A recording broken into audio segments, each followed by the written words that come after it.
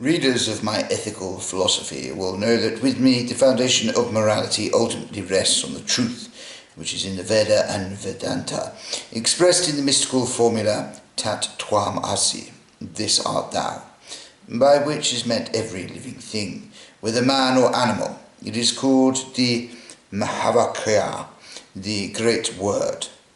The recognition of one's own essential being in another objectively present individual is most clearly and beautifully evident in those cases in which a human being already on the brink of death is anxiously and actively concerned with the welfare and rescue of others.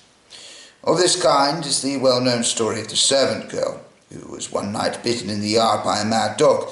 Believing herself beyond help, she seized the dog, dragged it to the kennel, and locked the door, so that no one else should fall victim to it. Another example is the incident in Naples, immortalized by Tishbin in one of his watercolors. A son bearing his aged father on his back is fleeing from a stream of lava which is rushing down towards the sea. When there remains only a narrow strip of land left between the two destructive elements, the father bids his son lay him down and save himself, since otherwise both will perish. The son obeys and in departing looks back at his father in a last farewell. This is what the painting depicts. Entirely opposite too is the historical event depicted by the masterly hand of Walter Scott in the heart of Midlothian. Two criminals have been condemned to death. One of them, whose ineptitude has led them to the capture of the other, overpowers the guard in the church after the funeral sermon and succeeds in freeing his companion without making any attempt to free himself. Also to be included here indeed, although the Western reader might find it offensive, is a scene often reproduced in copperplate print in which a soldier needing to be shot by a firing squad is violently shooing away his dog, who is running up to him. In every case of this kind we see an individual who is with perfect certainty going to meet his immediate destruction, ceasing to think about his own preservation in order to direct all his attention and effort to that of another.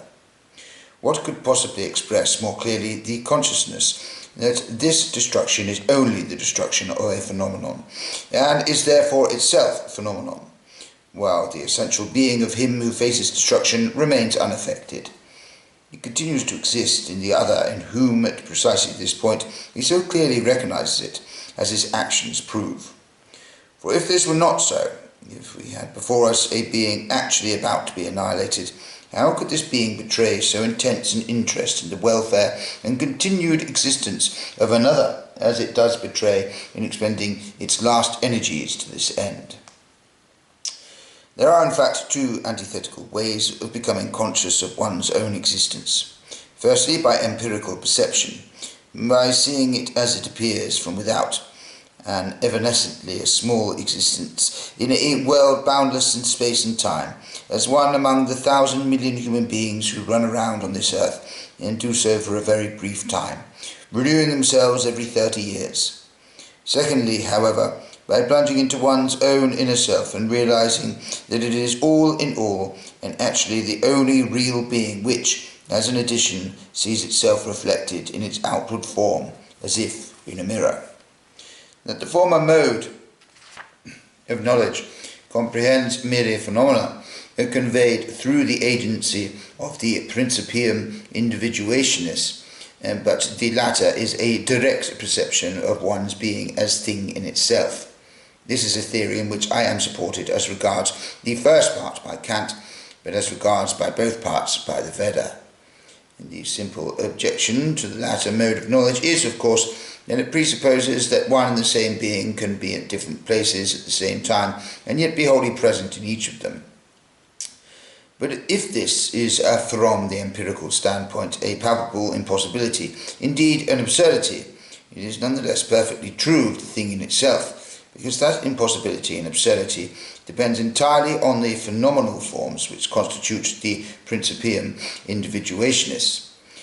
For the thing in itself, the will to live, is present whole and undivided in every single being, even the most insignificant, as completely as in all that have ever been, or are, or will be taken together.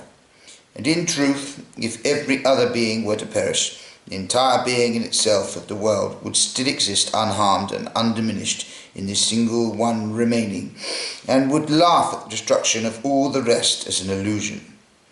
This is, to be sure, a conclusion per impossible, to which one is quite entitled to oppose this other, that if any being whatever, even the most insignificant, were to be utterly annihilated, the whole world would perish in and with it. It is in precisely this sense that the mystic Angelus Silesius says, "I know that without me God cannot live for an instant. If I perish, he must needs give up the ghost."